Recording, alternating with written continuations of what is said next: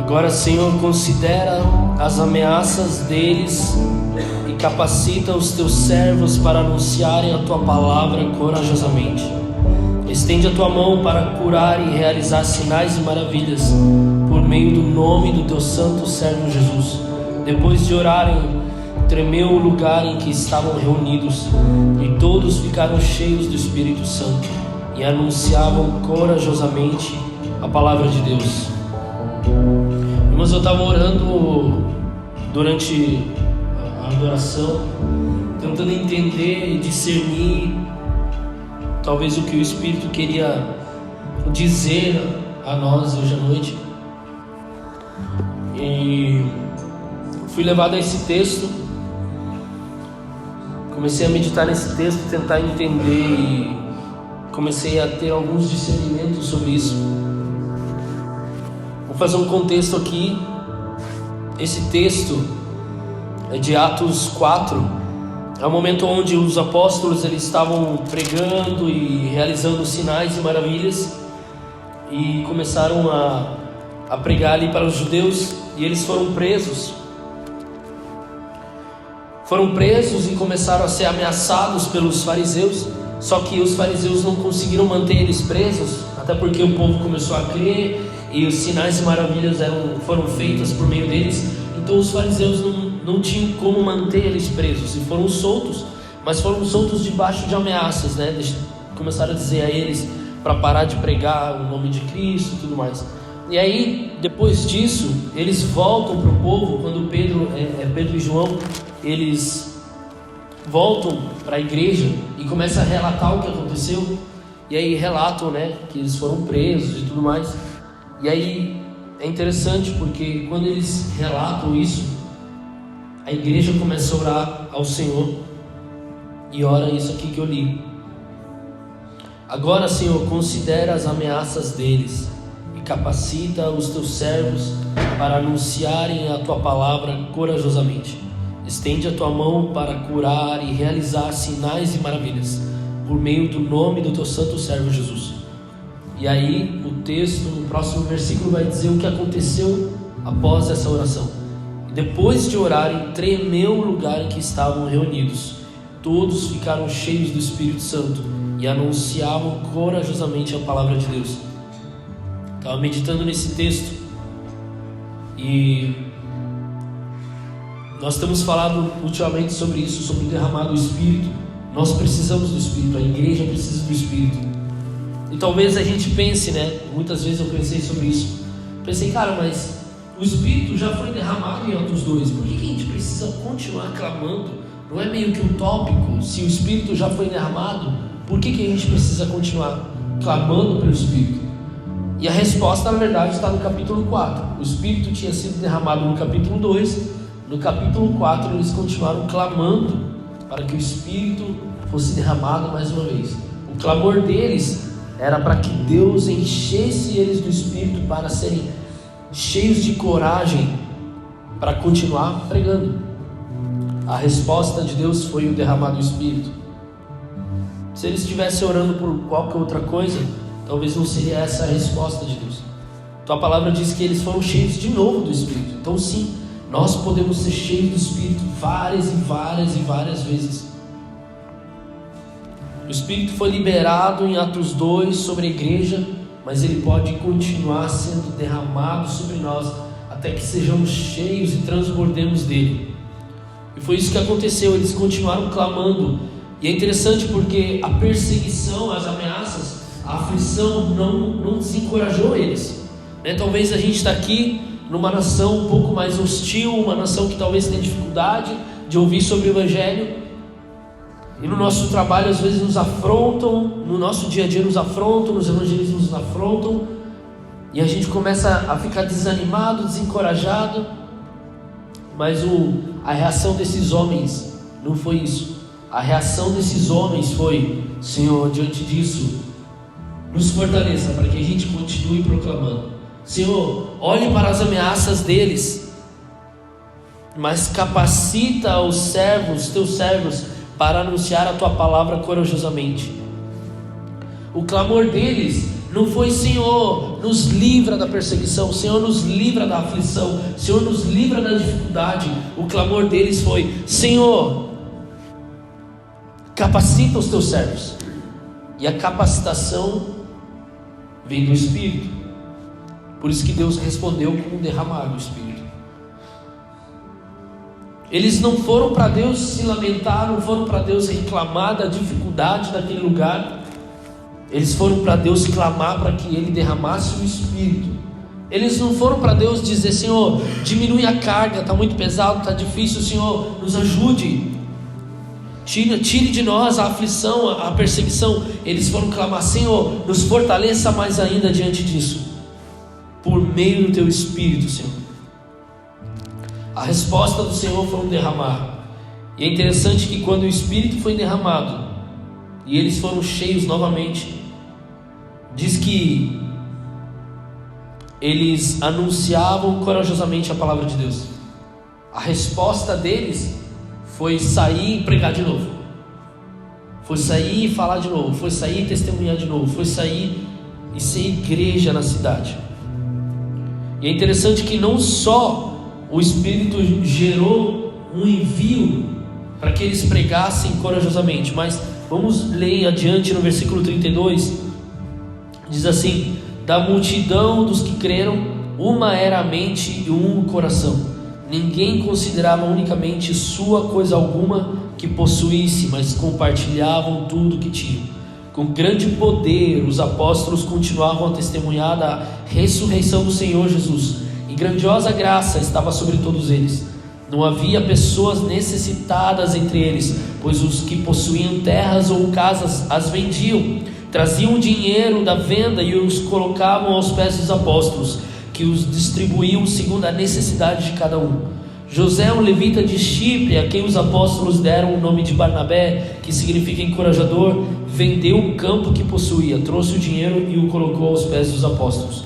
O derramado Espírito não gerou somente coragem para ir pregar, mas gerou um coração generoso, gerou unidade no corpo. Eu acredito que Deus está nos compelindo a clamar pelo Espírito nesses dias por dois motivos principais: ter coragem para proclamar o Evangelho nessa nação e sermos uma igreja unida, que se suporta uns aos outros. Aqui diz que eles não havia pessoas necessitadas entre eles, pois os que possuíam terra ou casas as vendiam.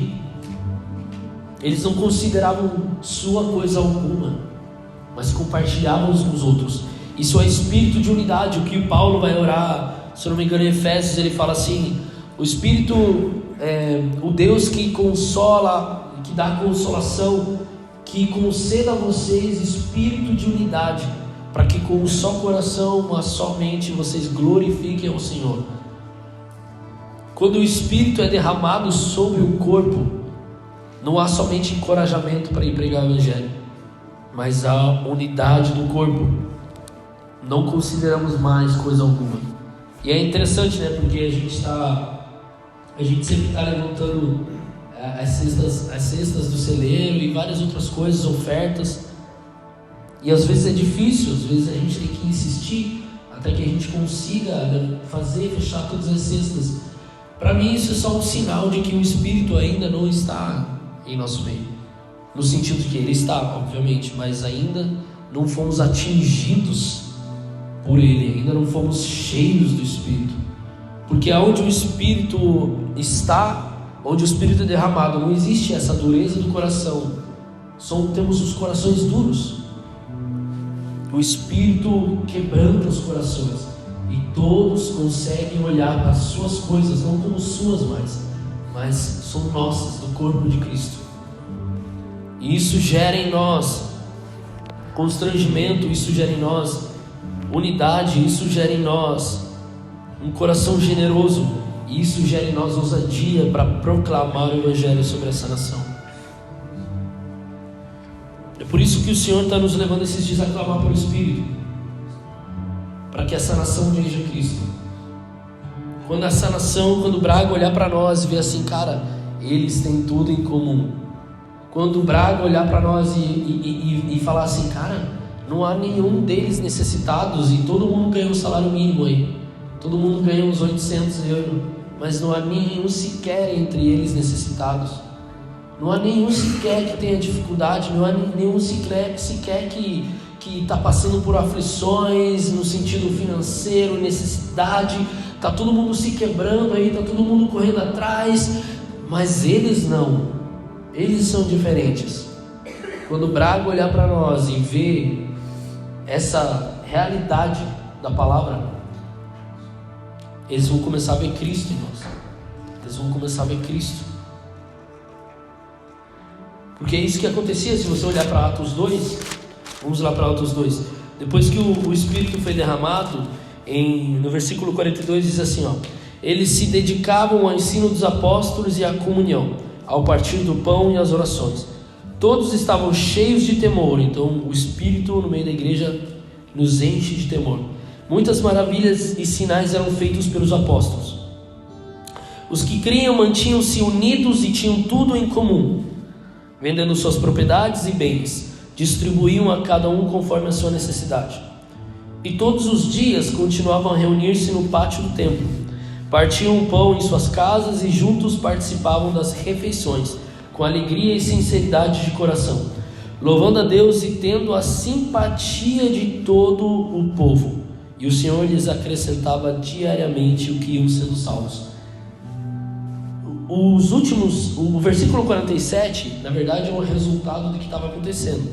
Por causa que o Espírito foi derramado, eles conseguiam se dedicar diariamente aos ensinos dos apóstolos, à comunhão, partir do pão e as orações. Tinham unidade, tinham tudo em comum, partiam pão em suas casas, tinham refeições em suas casas, partiam as comidas, né? E por conta disso, a palavra diz que, louvando a Deus e tendo a simpatia de todo o povo, o Senhor lhes acrescentava diariamente que iam sendo salvos.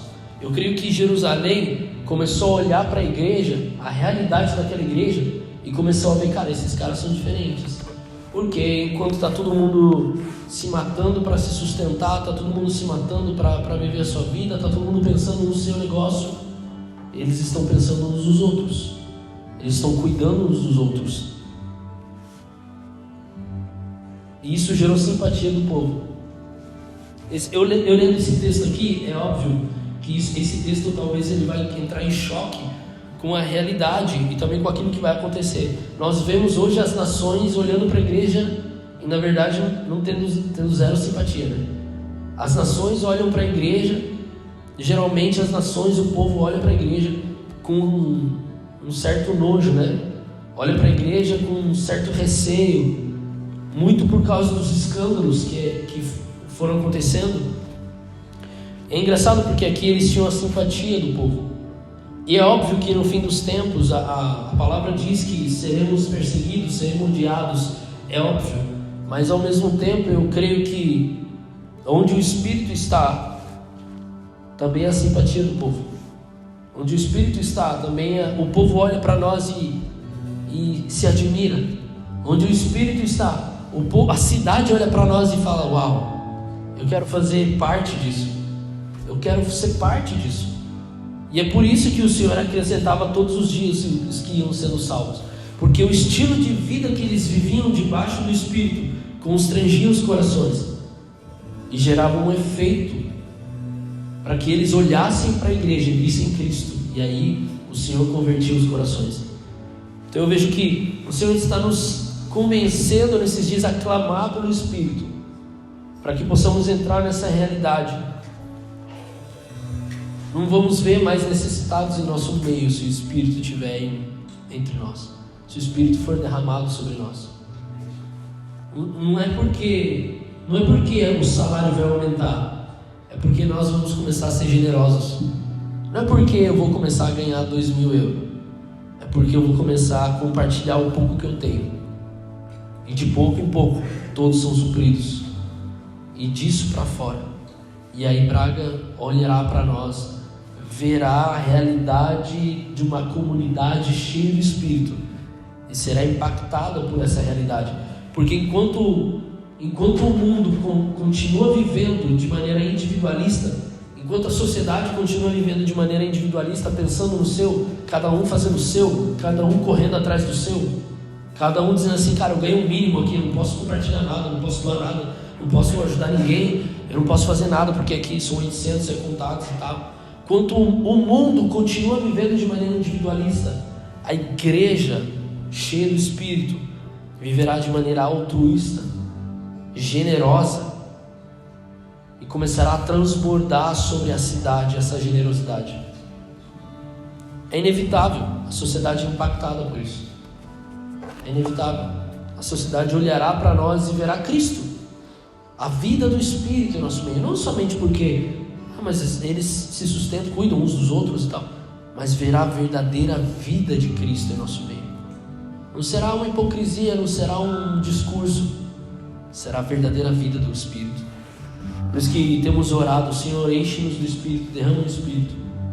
Esses dias eu lembro de uma oração, eu não lembro de quem fez, mas esse homem orava assim: Senhor, nós precisamos da vida do Espírito na vida da igreja. A igreja está morta, a igreja precisa da vida do Espírito. Por isso que é sacrifício para nós irmos para os cultos, por isso que é sacrifício para nós virmos nas reuniões de orações, porque o Espírito ainda não está em nosso meio, o Espírito não foi derramado, nós estamos secos. Nós oramos até em línguas, mas a verdade é que estamos secos, porque se nós estivéssemos cheios do Espírito, essa realidade seria a nossa realidade. Eles se dedicavam ao ensino dos apóstolos, à comunhão, ao partir do pão, às orações. Todos estavam cheios de temor, e muitas maravilhas e sinais eram feitos pelos apóstolos. Vendendo as suas propriedades e bens, distribuíam a cada um conforme sua necessidade. Todos os dias continuavam a reunir-se no pátio do templo, partiam o pão de suas casas e juntos participavam das refeições com alegria e sinceridade de coração. Não é porque tinham agenda, não é porque eles mandaram a agenda da semana, é porque eles queriam estar juntos. Esses dias eu estava conversando com um irmão sobre essa questão de reunir-se diariamente. E muitos duvidam que talvez isso é real, porque na nossa mente acelerada, na nossa vida tão ocupada com tantas coisas, a gente olha para o texto e fala assim, cara, quem que tem tempo de vir todo dia para a igreja? Quem que tem tempo de ir todo dia se reunir nas casas, partir o pão, orar junto? Quem é que tem esse tempo? Cara, eu tenho minhas correrias, tenho meu trabalho, tenho as coisas, tenho que sair e tal, tenho minha família, um monte de coisa. Para a gente é difícil olhar para esse texto e ver como uma realidade. Mas deixa eu te falar, onde o Espírito habita, onde o Espírito é derramado, não há peso nisso. Não há peso nisso. A palavra não mente, quando ela diz todos os dias, não é um eufemismo para outra palavra. Não existe um grego que vai dizer que não é todos os dias, é de vez em quando, é 2, 3 vezes por semana. Era todos os dias, porque eu acredito que onde o Espírito é derramado, o desejo vai ser uma coisa só. Eu não vou mais ansiar por aquela viagem dos sonhos, eu não vou mais ansiar por aquele trabalho dos sonhos, eu não vou mais ansiar por aquele salário. Eu preciso ter um salário de 2, 3 mil, porque cara, eu preciso trabalhar tanto para atingir esse salário, para ter uma estabilidade, ter uma herança para os meus filhos, comprar um apartamento aqui em Portugal. Os nossos desejos não serão mais isso. E é por isso que eles conseguiam diariamente se reunir no templo, nas casas, partir o pão. Porque onde o Espírito é derramado, o desejo é um. Onde o Espírito é derramado, o anseio é uma coisa só. Nós somos tão atingidos, muitas vezes pelas mídias sociais, olhando a vida perfeita de muita gente, que nós ansiamos a vida deles, mas não ansiamos o Espírito da mesma maneira. Ansiamos fazer as viagens que eles fazem, ter o carro que eles têm, o estilo de vida que eles têm, as roupas que eles têm, o dinheiro que eles têm, a estabilidade financeira que eles têm, mas nós não desejamos com a mesma intensidade o Espírito e nos sobrecarregamos de tantas coisas para atingir essas metas. Quem que faz a listinha no começo do ano? Esse ano eu vou fazer tal coisa. No final do ano, cara, eu fiz isso e consegui. Durante o ano você está lá, cara, preciso atingir isso aqui. Faz aquele, como é que chama aquele quadro onde você coloca as fotos? Planboard, não sei, não lembro. O plano é a agenda, né? Mas tem tipo um quadro que eles colocam fotos de metas, assim, cara, esse ano tem que viajar ali, tá? Os influencers fazem isso, a galera do mundo. Um mural. Eles têm um nomezinho bonitinho em inglês, mas é um mural. Mas assim, tem fotos ali, tem o meu objetivo do ano. E se a gente colocasse ali uma foto de uma pomba, e seria assim: meu objetivo do ano é ser cheio do Espírito. Meu objetivo do ano não é ganhar bem. Meu objetivo do ano é ser cheio do Espírito. Coloca uma foto de uma pomba ali em chamas. Fala, cara, o meu objetivo do ano é ser cheio do Espírito. Então eu vou fazer de tudo para que eu seja cheio do Espírito, minha casa seja cheia do Espírito. Eu vou trabalhar incansavelmente para ser cheio do Espírito. Esses caras ansiavam isso.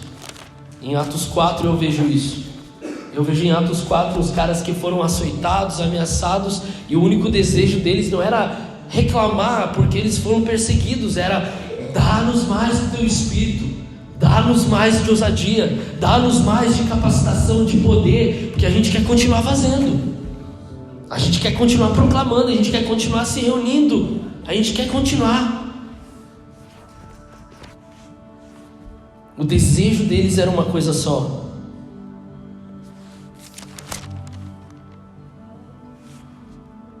Talvez a gente não entendeu ainda. Talvez a igreja ainda não entendeu que nosso anseio tem que ser isso. Talvez a igreja não entendeu que agora temos um Senhor. Talvez a igreja ainda não entendeu, como Paulo fala: Paulo, apóstolo, escravo de Cristo. Talvez a gente não entendeu ainda que a gente tem um Senhor, não tem mais vontade própria. Deixa eu falar uma coisa para vocês. Esses dias eu estava meditando nisso. Nós nunca seremos livres. Você já parou para pensar que você nunca será livre? Vou te explicar. Antes de Cristo nós tínhamos um Senhor. Paulo vai falar sobre isso. Antes de Cristo nosso Senhor era um pecado. Ele vai falar: aquele que vive pecando é escravo do pecado, e ele não pode fazer nada, porque o seu Senhor comanda ele aquilo que ele tem que fazer. Então aquele que não está em Cristo, ele tem um Senhor, e é um pecado, e ele faz aquilo que o seu Senhor manda fazer. É pecado. Por isso que aquele que está em Cristo não consegue, aquele que não está em Cristo não consegue de jeito nenhum abandonar o pecado. Ainda que tente, faça vários cursos, não vai conseguir, ele é escravo.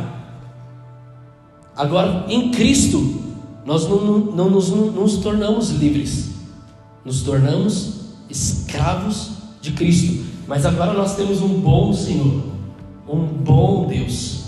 E a palavra vai falar sobre isso nos profetas, né? A palavra vai falar isso sobre o escravo da orelha furada, o escravo que tem o seu Senhor, mas né, na lei judaica os escravos depois de 7 anos podiam ser libertos, né? Mas se o escravo gostasse do seu Senhor, ele tinha liberdade de ficar com o seu Senhor para sempre. E a Bíblia diz que esse escravo ele é levado à porta e furava uma orelha na porta, na maçaneta. Por isso que eu furei minha orelha. Mentira.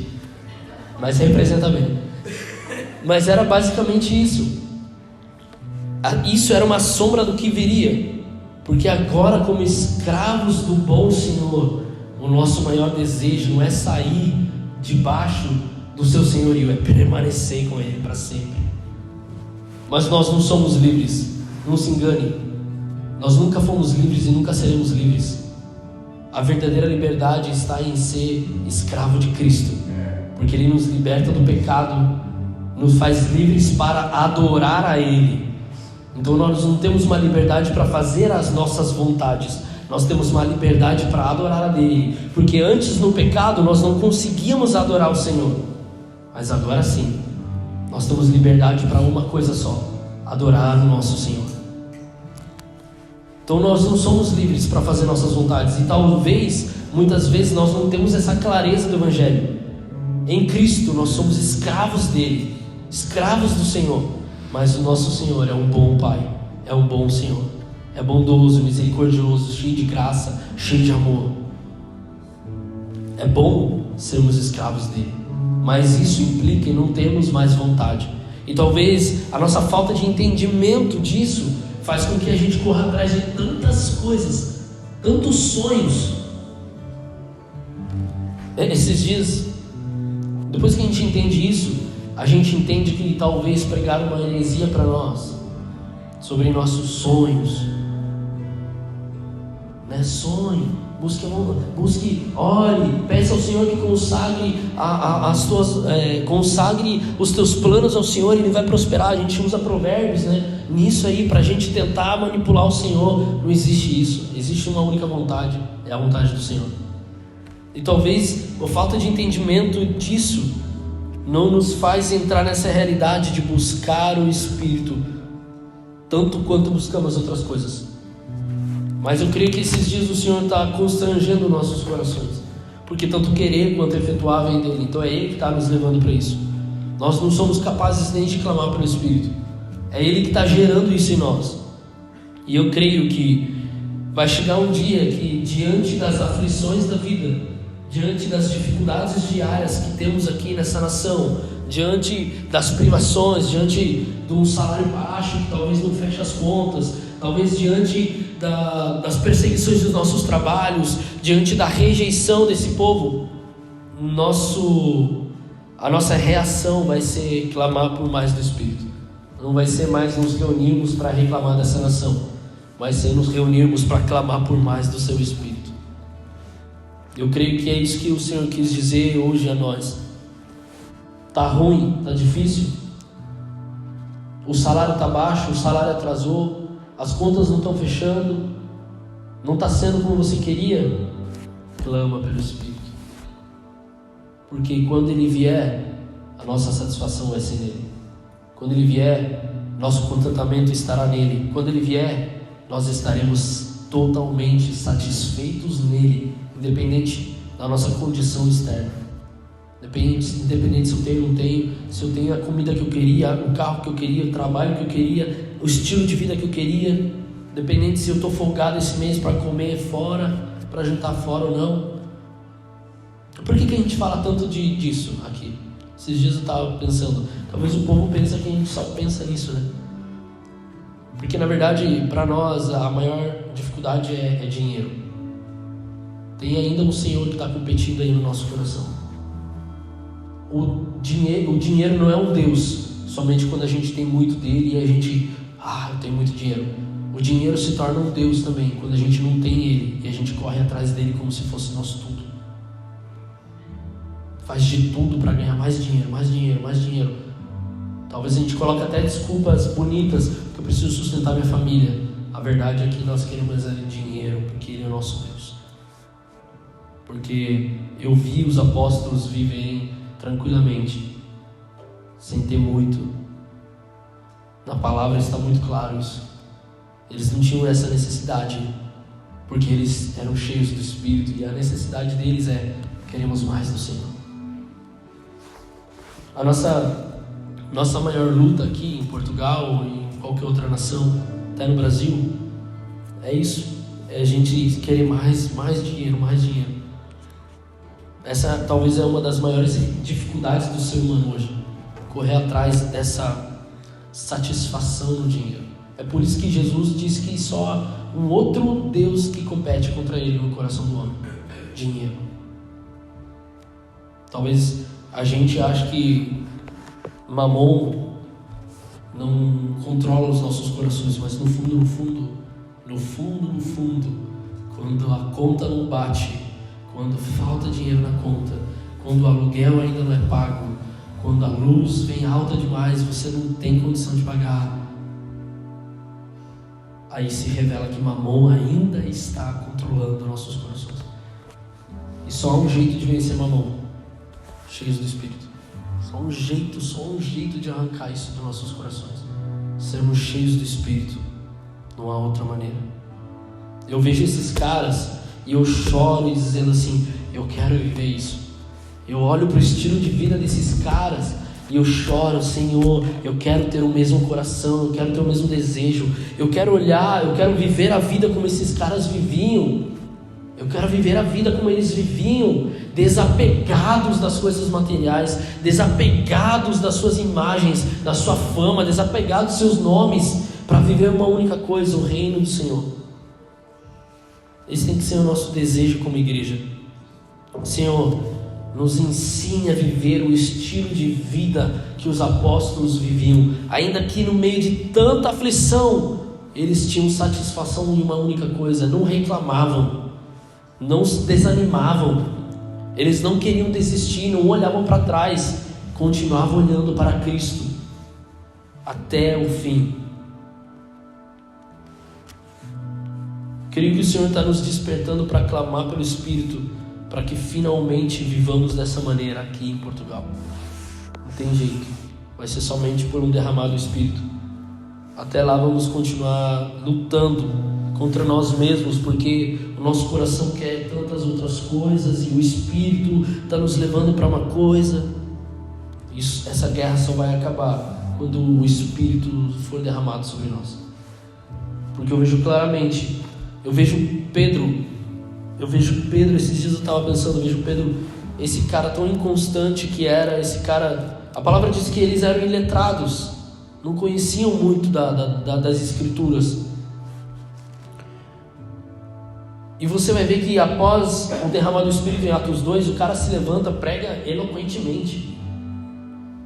O cara prega, a unção do Espírito, a autoridade do Espírito estava sobre ele, de maneira que ele começava a citar até textos que provavelmente ele nem sabia desses textos, porque a palavra diz que eles eram iletrados. Jesus falava para eles a respeito das profecias, eles não entendiam. Aí quando vem o Espírito, o cara começa a citar profecia atrás de profecia e fala assim: era disso aqui, é sobre isso aqui, como se ele tivesse estudado a vida inteira. Então eu vejo que o derramado do Espírito muda totalmente o coração, muda totalmente os corações, a tal ponto que esse cara que era tão impulsivo foi transformado de uma maneira extraordinária. Parecia outro cara. Eu olho para o Pedro de antes e depois, parece outro cara. É pelo derramado do Espírito. Eu quero ver a igreja ser transformada por um derramado do Espírito nesses dias. Por isso que a gente tem que continuar clamando na nossa casa, em nossos devocionais em casa, nas nossas orações com os nossos filhos, nossas esposas, maridos, aqui no coletivo, que as nossas orações culminem num só lugar: derrama teu Espírito sobre nós, Senhor. Derrama teu Espírito sobre nós. Amém?